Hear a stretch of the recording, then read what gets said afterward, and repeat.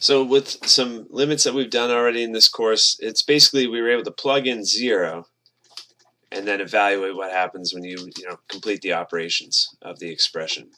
But if you were to plug in 0 right now, negative 4 times 0 gives you 0. You have a divide by 0 error because of the denominator. So what we have to do is we have to algebraically manipulate this thing so that we don't have a divide by 0 problem anymore.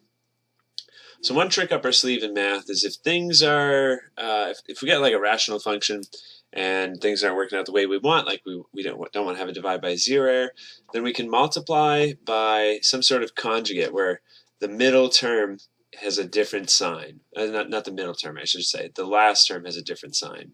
In other words, we're going to multiply by this numerator just with a plus instead of a minus in front of that 1. But what we do to the top, we have to do the bottom, or else we're not even answering their question anymore. Now we have a different expression that we're working with. So if we do that, we're still evaluating the limit. The numerator, when we multiply these terms, look, there's 2 terms here, right? And there's 2 terms over here, so you got to use that FOIL method. A square root times a square root, if it's the same thing, it's just going to be itself without the square root.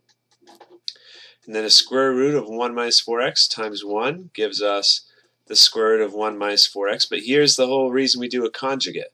Because now we're going to do minus the square root of 1 minus 4x. Now we don't have the square root in the top, because those are going to cancel.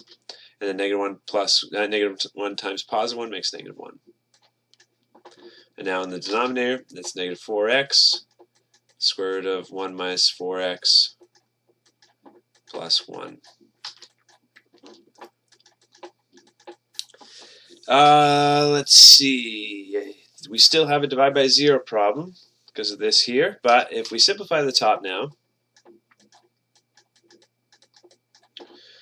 these cancel out, and 1 minus 1 cancels out, so the top just has negative 4x.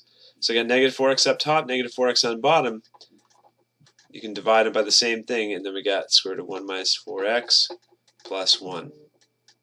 So it's kind of like we flip the fraction upside down in a way and change the sign, but the whole reason of doing that is now we can plug in 0 to evaluate our limit, because from the left and the right that's not going to matter.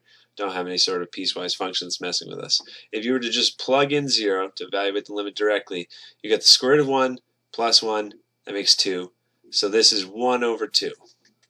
So it's not a super hard calculus question, it's a super hard algebra question.